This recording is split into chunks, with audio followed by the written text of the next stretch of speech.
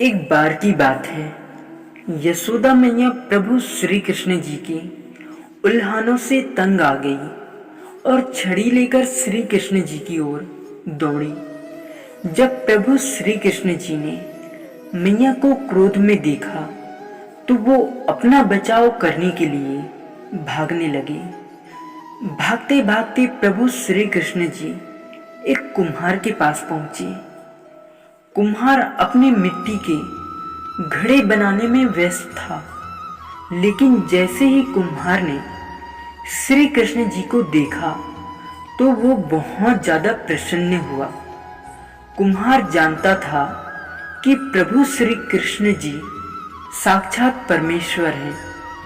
उसके बाद प्रभु श्री कृष्ण जी ने कुम्हार से कहा, भैया कुम्हार जी, आपको पता है आज मेरी मैया मुझ पर बहुत ज्यादा क्रोधित है। मेरी मैया छड़ी लेकर मेरे पीछे आ रही हैं। भैया कुम्हार, कृपया आप मुझे कहीं छुपा लो। तब कुम्हार ने श्री कृष्ण जी को एक बड़े से मटके के नीचे छिपा दिया। कुछ ही क्षणों में मैया यशोदा जी वहां पर आ गई और कुम्हार से पूछने लगी, भैया कुम्हार जी, आपने मेरे कान्हा को कहीं देखा है क्या?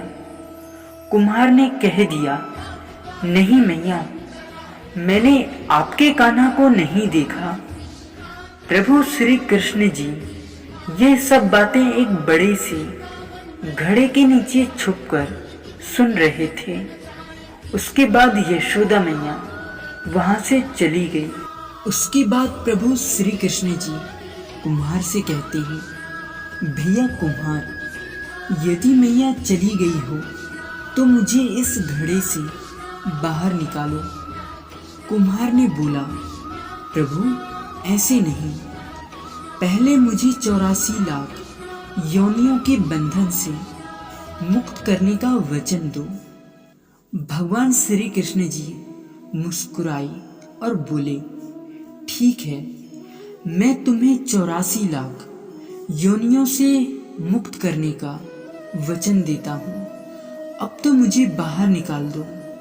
कुम्हार ने फिर बोला, प्रभु मुझे अकेले नहीं, मेरे परिवार के सभी लोगों को भी 84 लाख योनियों के बंधन से मुक्त करने का वचन दो, तो मैं आपको इस घड़े से बाहर निकाल दूंगा।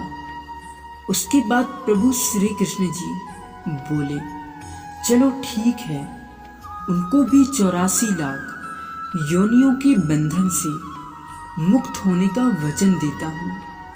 अब तो मुझे इस घड़े से बाहर निकाल दो।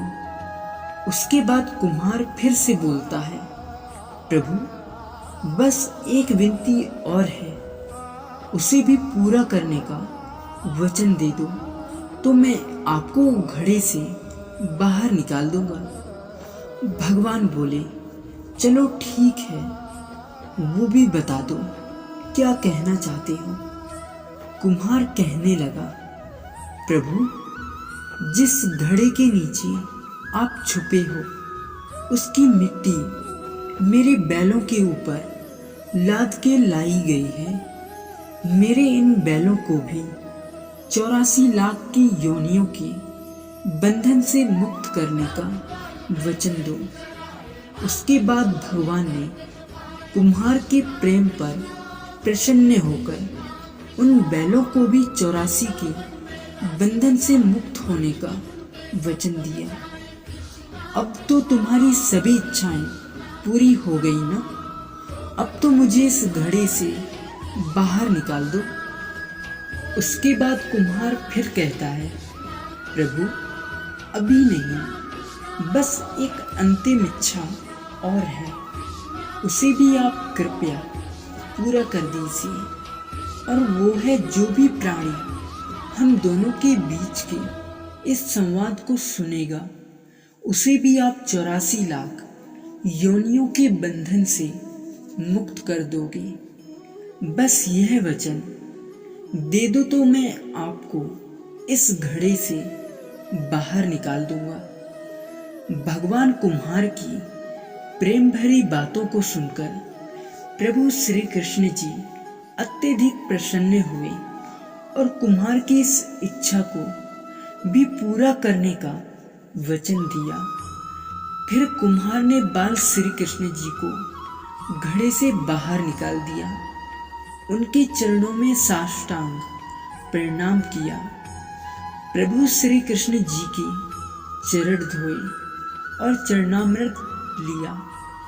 अपनी पूरी झोपड़ी में चरणामृत का छिड़काव किया और प्रभु श्री कृष्ण जी के गले लगकर इतना रोए कि प्रभु में ही विलीन हो गए। देखा दोस्तों, जो बाल श्री कृष्ण जी 7 कोस लंबे चौड़े गोवर्धन पर्वत को अपनी 51 अंगुली पर उठा सकते हैं, तो क्या वो एक घड़ा नहीं उठा सकते थे?